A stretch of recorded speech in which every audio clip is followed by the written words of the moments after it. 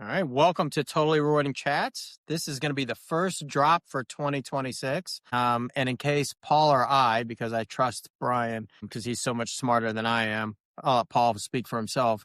We are recording it at the end of 2025. So if we have how much partying Bryan's going to do on New Year's Eve comments, he's going to pretend it's in the past tense. But this will be the first one of the years. We talk about predictions for 2026. How's it going, Bryan? It's going great. Yeah. 2026 is off to a great start so far. Yeah, there you go. Yeah. You would not, in spite of what Paul did at that New Year's Eve party, he has recovered well from it. So that's right. I have found all of the things. At the time of this recording, nothing bad has happened in 2026. Yeah. We are good to go. That's the great thing about recording in the present, past, future, whatever. Yeah, that's right. Not to mention, knowing you guys have known each other for years before we get to your bio, the fact that I may have to edit some of this is also, gives me some time. I want to make sure you keep your skills up. That way AI can't just replace you. Yeah. You got to figure out how to do that 7-second I'm dump. low-hanging fruit for AI, bro. I'm not their target audience. I'm like, that's just going to happen. I'm just going to retire before then. That's a good T-shirt, though. I'm low-hanging fruit for AI. That. I'll be the first one to be automated. T-shirt, that would actually be something we need to ask on the socials. Like, give us some cool T-shirts to have at World at Work. And I'm low-hanging fruit for AI. That's a great one. Yeah, I don't know what vendor's going to have that. Are you low-hanging fruit for AI? We're going to give those shirts away. You'll be distinct. Distinct. So that I don't screw it up, Bryan. And although it'd be interesting to have Paul give his view, his history of you, we're going to have you give your bio as you would like to have it documented. Yeah, as I'd like to have it documented. There's a lot of ways I could go with that, but I'll play this one straight. Because if Paul had to do this, he would be like, this is a guy that is, tried to spend the last decade trying to break him on stage in conference sessions. It's true. Pretty successfully, I might add. But what I would say is, I've done every job in HR pretty much, from payroll clerk to chief people officer, and I've been on the consulting. I've done stints on the consulting side and on the corporate side. So I think I have. A couple of years ago, I realized I think I checked off all the career boxes of things I wanted to accomplish. And so now I'm just working at things that I really love to do and enjoy. And so I would say from a bio standpoint, there's probably a lot of silly stories that I could tell. But the important fact is I think I'm pretty much at the phase where I'm working for what are the problems I like to solve? How do I get to do things I enjoy? How do I get to work with good people? Solve good problems and do that kind of thing. So I've hit that stage of my career where I've been around and done some things and been some places, but yet I still learn something new every day, or I'm just adding stories for when I get to write the book one day, I guess.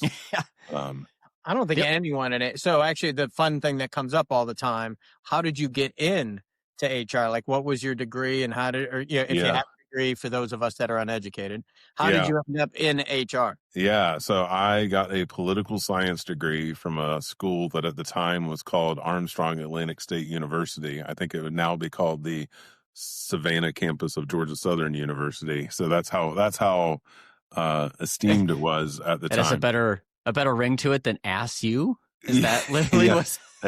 Yes, Armstrong Atlantic State University. Sorry, it's as you. And okay. All right, good to know. We won't even talk about that. They were the pirates. I was just stop now and move on. We're just gonna keep. Yeah, just keep rolling. Like I said, you get a chance to edit. But true story.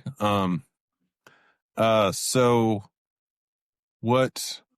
what I did was I graduated from school and had no idea what I was going to do with a political science degree, and stumbled into some payroll job. And then I turned out I know how to use Excel, and I started automating things. And the lovely people in the payroll department who had been there for 20 something years pretty much voted me off the island because I kept trying to automate everything. And so then I got promoted out of their team, and then they just like sort of threw me into HR, and I spent like 7 years trying to get out of HR. And then I was like, well, what if I just actually become really good at this? After, I was like, my dad was a chief financial officer. So he's like, when are you going to get an accounting or finance job? And it was always like, when are you going to get out of this? And I just kept trying to get out of it so much that I kept doing bigger and better things until I was like, well, it turns out like, what if I just lean into this? And somewhere along the line, I met Paul, and I've had a lot of, I've actually been very fortunate to have a lot of good mentors and people in my life that brought me along on different things. Paul, don't get confused with that mentor thing being right. You happen to connect those, but there was an M dash in the ChatGPT product. Yeah, there was an M dash there, but I found wonderful partners and people to collaborate with, and we kind of have this whole little community that includes you guys and a bunch of other people that you've had many of them on this podcast well before me, but many of your prior guests were. I don't know who had the Vegas over-under on you giving me shit about when you showed up on the podcast. I would have taken the under at 6 minutes. So I'm really excited it took that long. So, but we saved you for a big episode. I appreciate getting to kick off the year and to not to spoil it, but predict the future, since obviously I must be very good at that. And that's why we do it in January, because no one goes back the following December or January to check. So, no, exactly. Although, since you mentioned Bryan, we've known each other for a while. You'll remember this. Not long ago, we looked back at a presentation we gave in the past, which was predicting the future. Like, it was a what's coming next. It was a whole conference about sort of future of work, and it was like, I actively don't make predictions. Like, there's too much uncertainty in the world. Let's respond to what we have. But we did. Yeah. We made predictions there, and it was actually kind of crazy how accurate you were about like what's likely to come, particularly on this sort of data AI front. Like, we were talking about that well before it became a thing, and Bryan in particular kind of knew what was coming. We did a pretty good job on that one. I will say, John, I mean, looking back at a deck from like 7 years ago, it was like, we were talking, nobody was talking about ChatGPT like it was, but we were talking about like LLM type stuff, I don't know how we even, I don't think we knew how close we were taking a shot in the dark, I think. But so I'm feeling now like if these don't go today, well, next year, the variable here was me. And must be. They were all going good to me. Yeah. Okay. And I'll even go one step further and say, if they turn out to be right, we did it in spite of you. Yeah. And that's the show, everyone. I appreciate before everything, thanks for joining. So now that we've established you don't know why Sean is here, so typically this is the point in the episode where Sean sort of takes over and does the speed round. But since Sean's pointless, kidding. Wow, kidding. I thought I was digging in, but now I know I took it. Thing. My this is your thing, Sean. I really appreciate you having me on, Sean. I just wanted to go ahead and say, if for some reason I don't want Paul on anymore, Bryan, you're happy to help out. Yeah. I'm just saying, as a guest in your house, I appreciate. After I've now, insulted you 7 times in a row, I just want to say thanks for inviting me. Well, let's do a speed round. I know some of the answers to these. I don't know answers to some of these. And Bryan, you don't know what questions are coming your way, although as a dedicated listener to Totally Rewarding Chats, there are some that are indeed sort of common questions that we ask. Yeah, like tea, hotel, blah, blah, blah, blah, blah. Yeah. Right. Well, I'm skipping the tea now. Yeah, I'm definitely skipping the tea one, because you're going to say sweet tea or something like that. Sweet tea from the deep south. Yep, yeah, Georgia, that's not all okay. the way. Let's start with the big one, which is, you've got your weekend. Are you roughing it, or are you at the Marriott? I am at the Marriott. I know. I should have actually preemptively told you you're not allowed to ask this one, Paul, because I knew the answer as well. Yeah, 100%. Any one of the 30 some odd brands, but I'll be there for sure. That's right. Your preferred metric, and it must be for measurement purposes, not for jokes. Range penetration or comp ratio? Going to the consulting background, it depends. Yeah. Listen, we need to get a buzzer. Actually, for that. episode, but episodes going forward, I may have to get some type of buzzer or foghorn. Some kind of buzzer for that. I actually don't love either. Tend to build a set. So that's where like my true answer is, okay, I'll probably default to comp ratio for a lot of things if I'm looking for a quick measure. I tend to have my teams run full analysis of jobs and do, like, we tend to look at, regression analysis and residuals, and I tend to get more to predicted value and change that conversation a little bit. So it's a limit. Maybe it's a both, but actually neither. So much for speed in the speed round. Yeah, geez. That gives me. That's the Southern sweet He took tea. that full nerd in a hurry. I think you're sort of a time zoneless person, but are you more a morning person or a night owl? It depends, but no. Jeez, 2 in a row. 2 in a row. I have become more of a morning. I'm more of a morning person the older I get, and less of a night person. Every year that goes by, I can't sit through. I can't start a movie at 8:00 and stay awake anymore. So I'm officially middle aged. Yeah, that's a sign, man. Here we go. Here's a wild card one. We've not asked this before, and it might take you a minute to think it through. Identify a musician, an actor, or some pop culture person that sort of reflects the way that you think you are professionally, right? So think about what's your professional brand and what's like a celebrity or a musician that encapsulates sort of that vibe. That's not a speed question, but I wanted to give you a hard one. No, that's because you're special. I mean, while you're thinking on that, Brian, I'll buy you a second. I don't know that Paul likes you because that's like the hardest question anyone's ever asked in speed round. Right. Yeah. He tries to break me on stage, so I have to sort of make it clear that he doesn't always have an immediate brilliant response. Like he might actually think periodically. So the first place I go, and this is an answer when people say like if you could have a celebrity play you or whatever, that kind of thing. So I have, and this is not as popular as when I first thought of this answer, but I still try to find a better one. Is I think about kind of before it was popular, not to maybe not be popular on this person, but I always think of Chris Pratt, but when it was fat Chris Pratt, like on Parks and Recreation, not when he was not like Jurassic Park or in that, but like Andy Dwyer, Parks and Recreation. But by the end of 2026, will you be Jurassic Chris? Yeah, well, we could be like the Zero Dark 30 or whatever. Yeah. So you've one got of those. Okay. Like there's that. So there's that. But as far as like a character, that one's even. There's probably I don't know. There's probably somewhere between like Ron Swanson on Parks and Rec and like Jim in The Office is probably somewhere between where my vibe probably. Yeah, I was gonna give you a hint, which is like pick an Office character, and I think there is a little bit of Jim vibe. Not the sales part, but the rational dry humor in the room. Right. There's like that dry humor, but then probably like a curmudgeonly, like a Ron Swan, like kind of a her. But yeah, there's probably somewhere between those two. Yeah. On that spectrum. There you go. Good. Now back to speed. Crunchy or creamy peanut butter? Creamy. Yeah. That was a quick answer. We don't get a lot of crunchy on this. It's just not popular. No. That's yeah. It's all right. I feel like crunchy and creamy peanut butter is kind of like mayonnaise. Like you're either for it or against it. Like that. There are very few people. There have been a couple people who've answered like it depends on the situation, but for the most part, the answer comes almost instantly and can be very divisive with some people. They're like, "Why would they buy that?" Yeah, totally.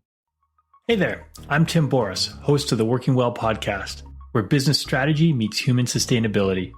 If you're an executive, a leader, or change maker ready to ditch burnout, build thriving teams, and drive real results, this is your next must listen.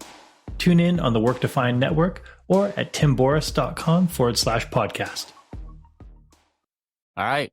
Well, should we jump in then, Sean, to the bold part of the show? Yeah. So we're going to try to prognosticate, hopefully with some semblance of accuracy, as you guys did before, on some predictions for 2026. And so we'll just start, Brian. We'll give you the easy one. It's easy to go first. We try. Yeah. One industry prediction to start. You can pick your order. I think what we want to tackle is an industry prediction, something you think, that will happen, something that you that might not happen that everyone's thinking about. And then maybe a company to watch. I'll let you pick your lane where you want to start. All right. So, something that will happen is I do think. All right. Well, actually, can I modify the company to watch thing, and can I talk about a feature that I think will come? So, because you guys are out in the marketplace, I'm just like a practitioner, just doing the work. You guys, I have to read your post to figure out what's happening in the industry. Yeah.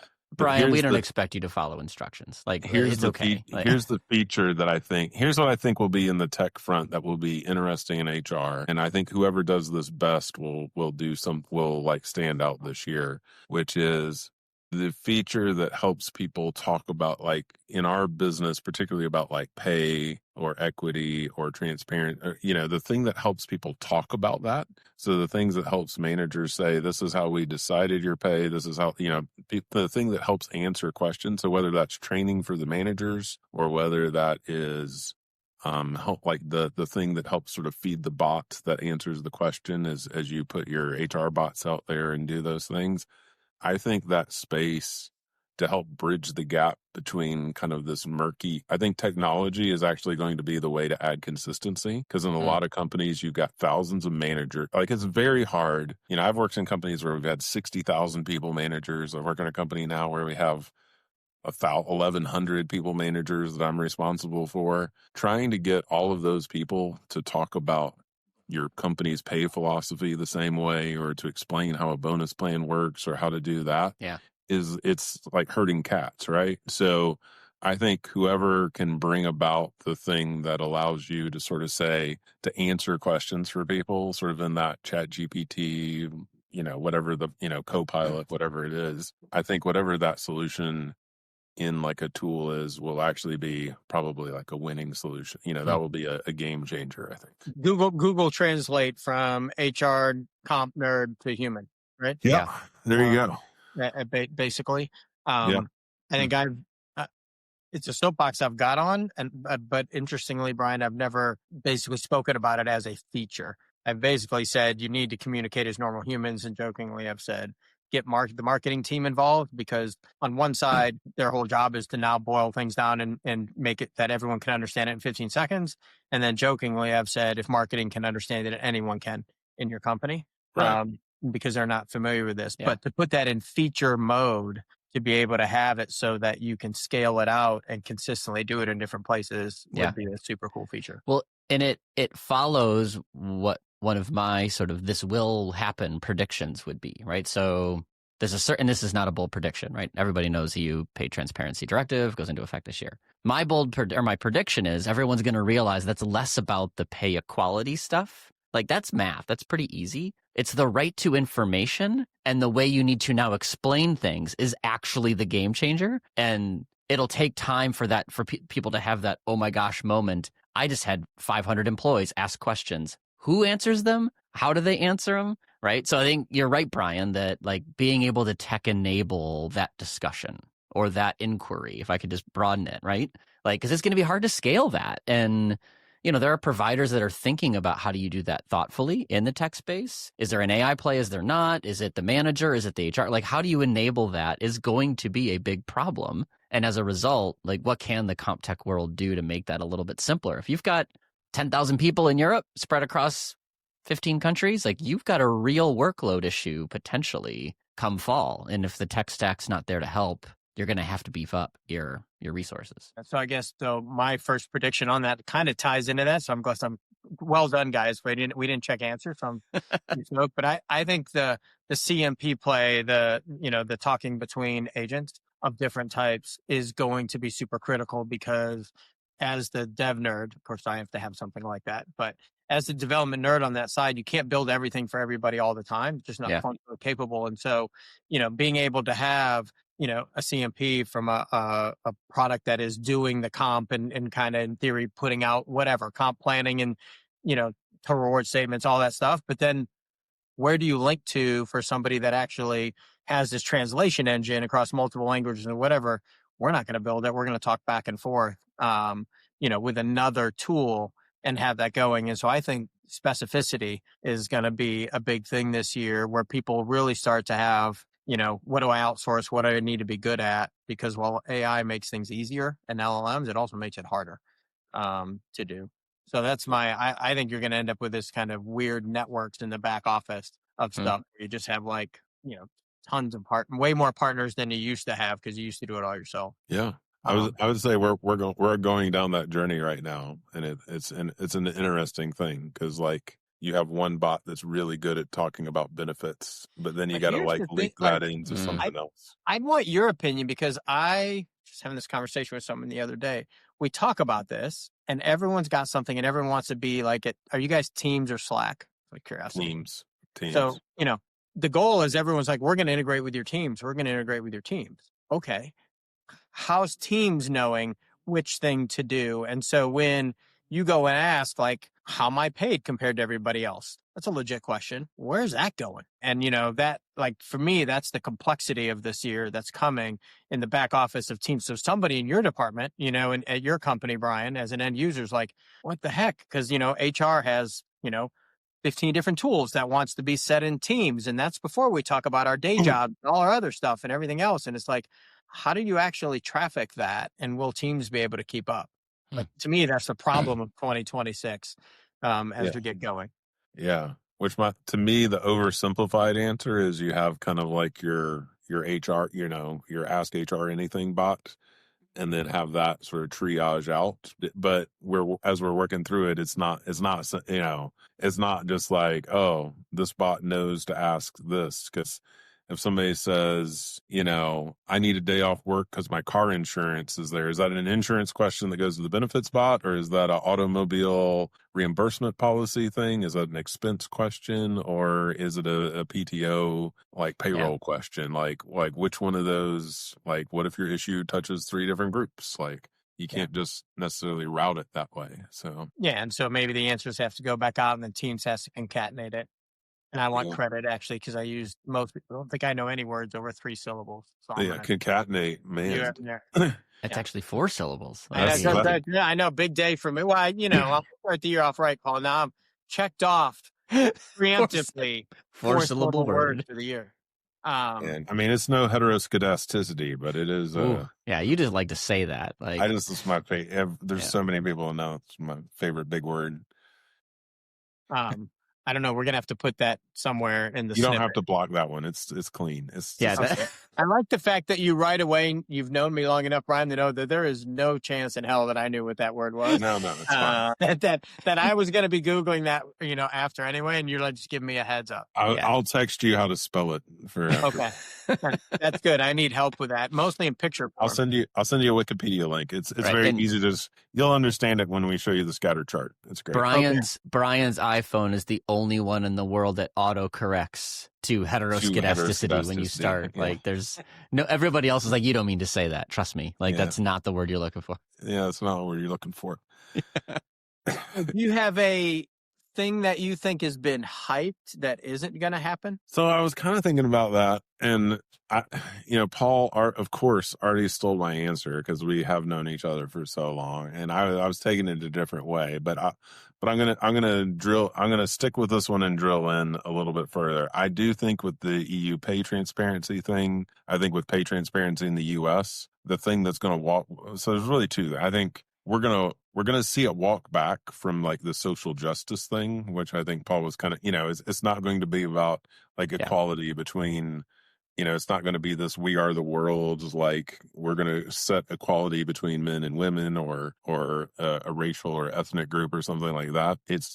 I think that element of it is, whether it's the political nature of things or just kind of like society.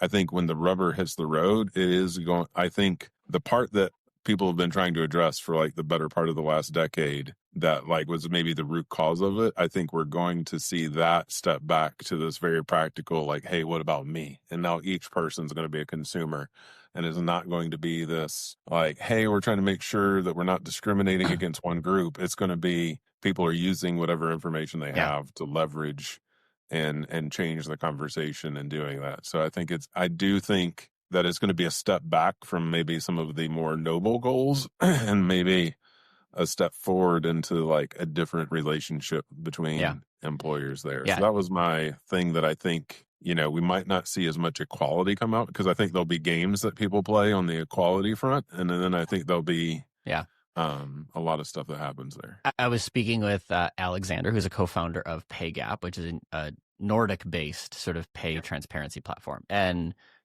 his prediction, I would say, and I'm going to put words in his mouth. Sorry, Alexander, I misquote you, but it's, the emphasis is moving the enforcement of pay equity to the person, not to the organization, right? So we've all had equal pay laws forever, right? It's just impossible to enforce them. So by this transparency dimension of, I have to show you everything, like it's going to police differently, right? So I think his perspective, or at least what I took from it, is we might still get to the noble goal. That is the objective of some of this regulation. It's just how you're getting there is we're like, if we have to show everybody and you've got to explain it to every employee who asks, you're going to get your act together. Like, so it's the different tact, but I think the pressure is not going to be felt as we want to pay everyone equally. It's going to be, I need to figure out how to explain this, right? So the tone in the conversation is going to be less about, I think what we heard, a decade ago from the Salesforces of the world that wanted to pay equally because it was the right thing to do. And it's going to be more about, we have to operate differently, because workers expect it, and or because a jurisdiction has told us we have to. It's one of the two, right? So it's flipping the logic a lot, and it's going to feel very different in the next couple of years. Yeah, it's funny for those, our tens of listeners, that are there. We didn't compare answers, and mine is pay equity won't happen in 2026. And I think for the reasons that you mentioned, it's there. But I also always come back to just the practicality of there's one way to fix pay equity. And the economy is not dictating a lot of extra free cash out there to solve the problem. And the businesses, while pay equity is happening and while things are going well, you could think about solving it, but they still have to be profitable. They still have other issues to tackle, et cetera. Yeah. And I think pay equity will just take a period of time. I actually think a lot of people give Switzerland shit for their whole 3 years to fix it. I actually don't think that's super long if you look at turnover and everything else, because I think the way that people are going to handle pay equity is, there's going to be people who find out and they're going to leave, and I might pay one or two people, but like it's going to just take time, and it's going to force quality decisions on people onboarding, which is where a lot of the problems are. And that's just going to take time to be done. Yeah. So I think, to me, pay equity just, everyone's like, June's coming, and there was going to be a magic wand, and, a pot of gold was going to drop off, off the rainbow from a unicorn. And it was all going to be solved. And I think people have their plan in place and understand. And I actually think the right to information, probably for some small departments, in my mind, is going to preempt people actually solving the problem, because you have to be ready for like everybody coming in for their own personal report that I have to get within 14, and answer the questions and whatever. You're like, I don't have, that's who's not going, right? The people over 50 maybe, but at least half the company's going to be like, why am I over here? That's not cool. Yeah, totally. I think that's fair. I think the noise level is going to be huge on sort of Article 7 related things, that as a result, people are going to take their eye off the ball just to figure out how to do this. Will it ultimately lead us to a better place? I sure hope so. But yeah, I think that's not the near term. I fundamentally, I'll die on this hill, probably. I used to say everybody wants to be a good payer, and I've been corrected. Sure, I'll buy almost everybody. Most companies want to be a good payer. Sure. But just shit happens, right? Someone's there. So, I need to hire this talent over here. This happens. This person left. Numbers move. Some of it's just maths. People need to understand how it works. I think, and there's just a million micro decisions that happen. And I think what's happening now, Paul, is that micro decision now has some more context to it, when you can, add that in and say, okay, Brian, I do want to hire Brian, but, he costs, this much. And this is the problem it's going to have on it. I also worry economically that pay equity slows hiring a lot, because if I want to upskill and I want to bring in Brian, and Brian, rightfully so, should be paid a lot of money, right? Other people in that department, if I'm going to have to show them, because, I think what's going to happen is the right to information isn't limited number of times per year. right? No one's actually said that. It's just, you can go ask. So, I think as soon as Bryan gets hired, you're going to be like, why did the average number for this job just move up? I'll come back to this. I've said it before. No company that I've spoken to yet has a people strategy of hiring dumbasses. Like, that has not been the people strategy yet. And maybe someone got them somewhere because there's many of them. There's probably somewhere, but but so the theory is, to your point, Bryan, like, people are going to like, here's my group. I had it. They just hired Bryan and maybe one other. Let's go see what the number is. And like, did it go up? Because now I'm further behind. Right. Right. And so you're going to have to pay. I think in theory, the ramification would be, if I bring Bryan on, I probably have to move everyone else up too. So like, it costs more to make a new hire, to upskill potentially. And that just slows hiring, because just the decision making alone inside a company, I think. Yeah. So, in my moving around practitioner world, the last couple of years, I've focused a lot of the pay equity solutioning in companies I've been at on making the right decision at the point of offer. Like, how do we explain this at the point of offer, even to ourselves? Not necessarily saying like, if everybody comes walking in, but if I've got 99 people in this job, I'm hiring in the 100th person. How do I make sure that 100th person sort of fits into that regression story as well as possible, right? So I built tools. We've done that. Some of our other friends that have already been on the podcast, they're building the tools and doing those things too, right? What I would say is, as you put the regulatory part on that, if I can segue this into another prediction I have, is it's going to get much tougher for the people that are trying to break into things, or that are like below average, right? Because part of the pay equity discussion right now, if you talk to managers, one of the if you got 20 people on your team, it's very hard to tell 9 or 10 of them that they're below average for the team. Nobody wants to go out and say, hey, guess what? You guys are below average. You guys are above average. We tend to go, hey, you're all meets expectations, or you're all a 3 out of 5, or you're all a 5 out of 5, or we tend to do a lot of that. When you get into, now I've got to justify it, I've got to put factors behind it. You got to, I got to look at somebody on the team and go, hey, you're the 33rd percentile. Like, sorry, 2/3 of the people here are better than you. Whether I say that in those words, or whether I de facto express it, I'm essentially defending that, or I'm pushing everybody together and just saying performance doesn't matter, or I'm putting it into a bonus, or I'm doing, more short-term things. So what I think that, combine that with AI, is, why do I want to take chances on a lower paid person that's maybe aspiring to jump into that job, or somebody that's a risk? Like, I think it's going to put a bigger gap between, like, hey, I'm going to hire Sean because he's got a lot of experience and he knows this and he's a proven quantity and he's got a podcast and everybody knows who he is, versus I'm going to take a chance on this like new analyst who may or may not work out. But then if that analyst realizes that they're 20% behind everybody else because I took a chance on them,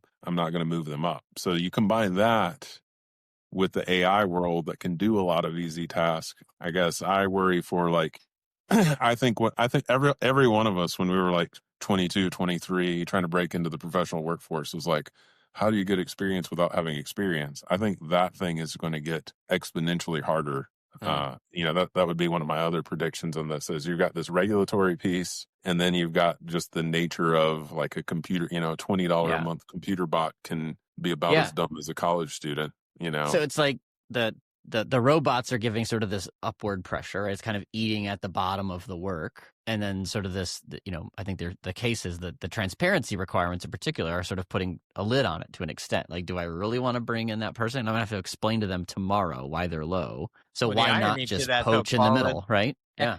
As an old white guy, like, weirdly, the advantage is for me to switch somewhere and be low in the range is a better risk than as a female, right? Because pay equity wise, like, generally the number we're trying to fix is, I'm the category of problem, right? And so you are a problem. Yeah. Well, many problems, but in this particular case.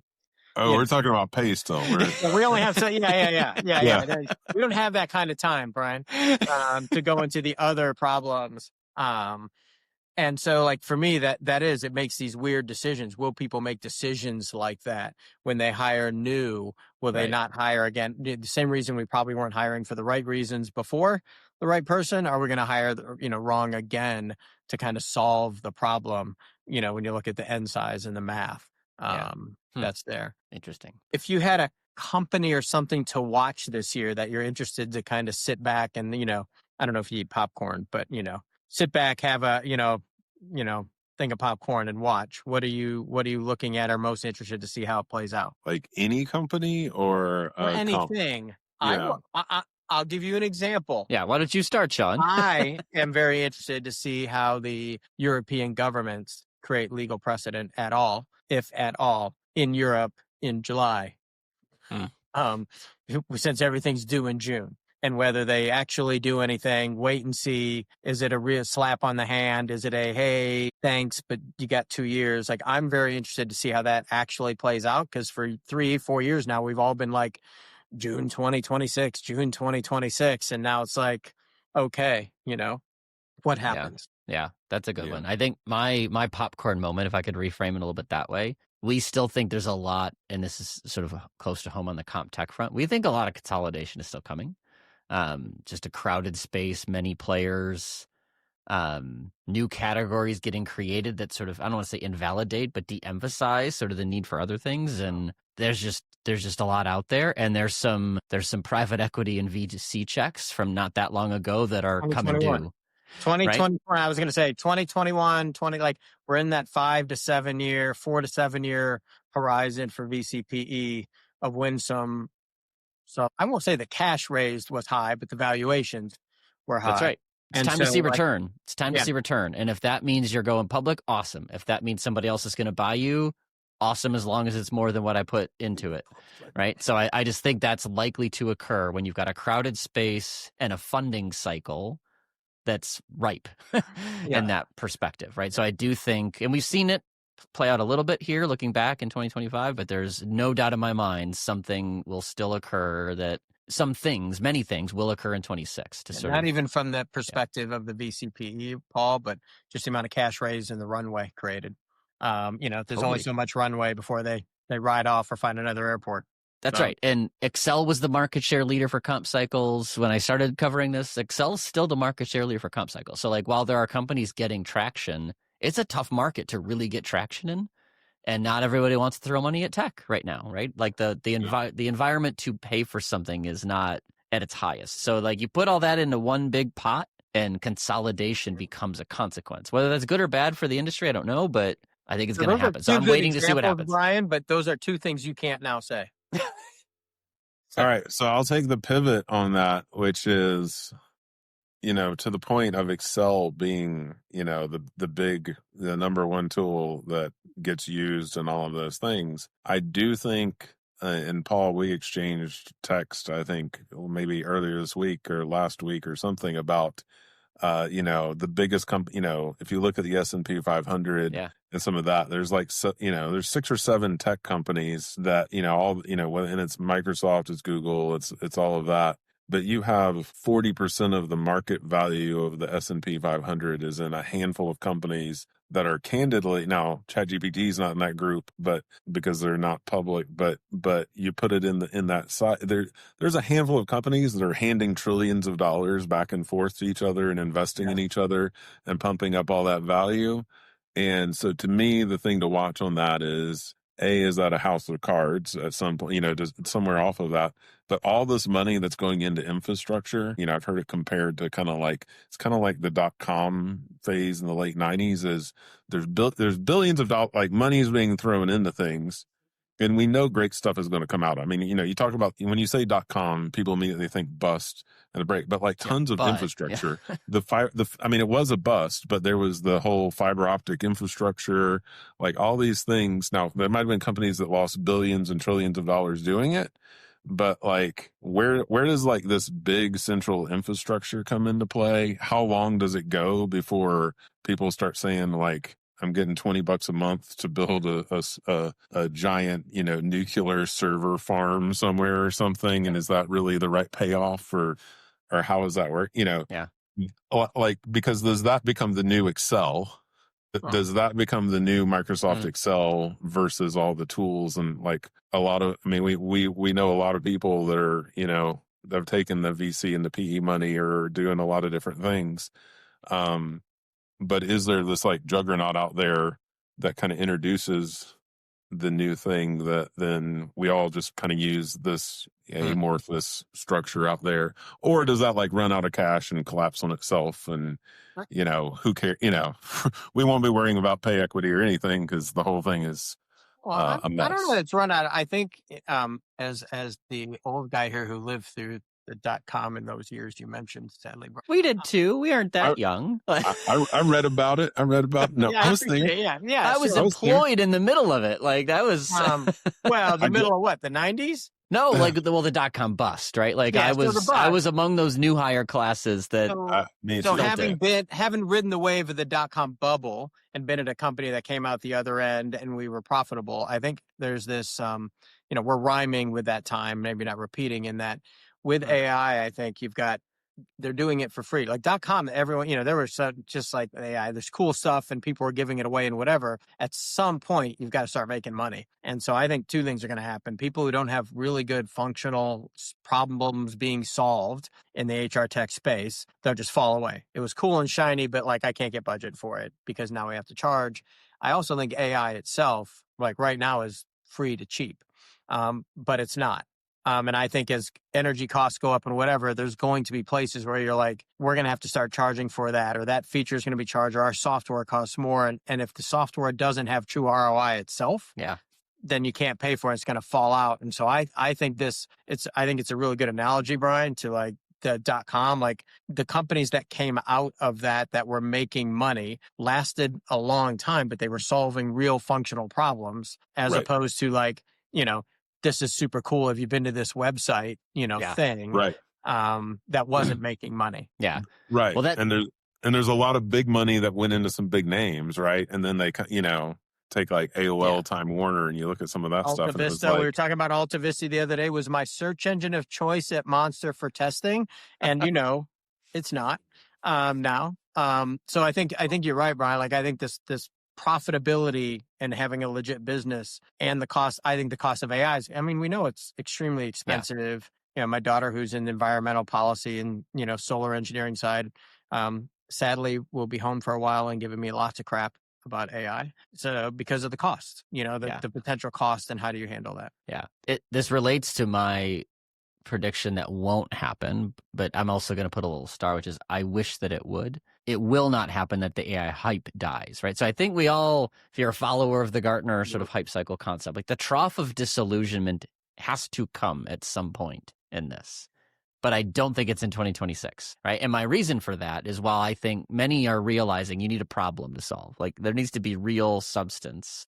Half the conversations I still have, AI is still black magic, and they're still sort of climbing those expectation heights, right? So I do think the marketing engines are still going to put AI behind everything because they have to, because there's a lot of people who still believe in the hype more than the problem reality. So I think we're still in the frothy world. I don't know if the marketing, maybe the valuation bubble pops, but I don't think the marketing bubble pops yet because there's enough people still buying into it. I'll be a little spicy and say I think it'll settle a little bit from the standpoint of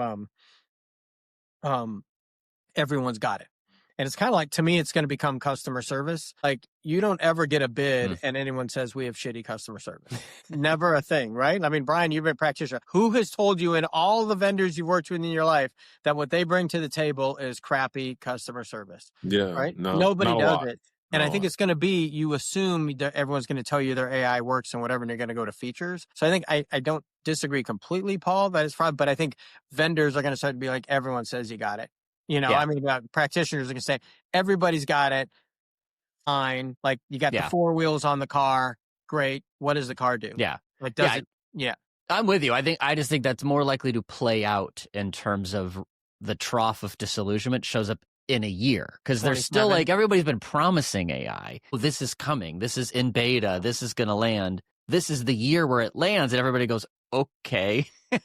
Right. Awesome. I'm glad that's there. I don't use it, but I'm glad it's there. And it turns out everybody else has the same thing, right? That's where I think it takes a while for that cycle to turn. And 27 is when people go, okay, that was garbage. Well, we'll see if you're right next year when we have Bryan back. That's right. Right. If I'm invited back, we'll see. It depends how much. Depending whether I come back, probably depends how much you edit out from the beginning. Well, we're kind of near with all those in mind. The thing we ask all the time at the end, which is kind of not a prediction, but a hopeful thing, which maybe it'll happen. If you could solve, especially with your experience, any one thing in HR, like any one problem in HR automagically, what would it be? And this is something, if I blend it into a little bit of a prediction, and I think it's going to take more than this year, so that's why it's an aspiration of one thing that I could solve. I think if we can take the technology to make our HR functions better business people, right? So that we're actually solving sort of the human capital problems, as opposed to like maybe just like if I think about like, so much of the time HR practitioners get bogged down in like employee relations and dealing with like the outcome of bad things, as opposed to proactively dealing with like strategy and developing people. Like there's a lot of good aspirational stuff in HR, and so whether it is pay equity or developing people or talent pipelines or career paths or doing those types of things, I would hope that if we can get some savings by automating some of the less fun work, that we could actually achieve some of those things that are on our list. How about that? Yeah, I mean, I've said before, I don't know where you find the time because, there's a good reason I don't want to be a practitioner, Bryan. I've stated several times that job just looks like it sucks and it's super busy and thankless. So just, anyone who wants to be one, don't come to me looking for support. But I think if you can find the time to go understand the business and how they think, like what's motivating them in the business terms and almost be able to translate that. So I'm 100% down with that, like understanding the business acumen of it rather than worried about the, 15th digit of significant digit out on on someone's comp. Yeah. Making sure your total reward statement has the right decimal point value or and the right font. Year. That's my favorite. Can you am I talking about a fiscal year or a tax year or something like that? Can we move to how do I make my operations more efficient? How do I prevent turnover? How do I do those kind of things? Cool. Well, thanks. I not that I was keeping score, Bryan, but you only said 4 times. You only commented 4 times that you hadn't been on earlier. Sean, it's only the FOMO and the it's listening to every episode and just going, man, I wish I could be a part of that. Well, we're gonna have to get some totally rewarding chat swag so I can feel a part of bring it to Atlanta. Yeah. I do feel like, usually Bryan and I make our regular appearances on stage at World at Work. And this might be the first time you didn't sort of break me live. Like usually there's a moment where I'm like, I actually have to collect myself. It happened pre-show. Wow. You got me pre-show. But once we started recording for everybody else. So I'll put this out there. We'll be at World at Work and we'll podcast from there. So Bryan, you can start getting your game ready to break him at World at Work multiple times. The bar to break Paul has raised over the years, and this is recorded and stays on my permanent record on the internet. Yeah. So I will accept defeat this one time. That's fine. One time. That means I'm really in for it next time. Live audience, we will... That's true. And our world at work session is being mixed with alcohol, so I'm really at risk. Yeah, I'm really at risk. And learning, actually, I think the one I've got is margaritas, and we've got kind of a theme going between us. Yeah, so. It was literally during happy hour, so Bryan might be on the edge, and the audience will be sauced and not listening carefully. So I'm I do think we did. I think somewhere in there we were talking about college mascots or something, and I did skip right over some of the easy answers. So all right. All right. Well, I appreciate it, man. I really appreciate it. We will definitely have you on again, and in the meantime, feel free to give me, I'm actually a little disappointed in the only 4 references to not being on. I would have taken the over. But I'm really stoked you were on. This is great for you. It. You don't give yourself enough credit about how much despite not, for those of us that are on vendors or analyst side, a a ton about the market. So I really appreciate Yeah. your insights. Yeah, thanks, Bryan. Appreciate you guys. I'll always enjoy the friendship. So thank you guys.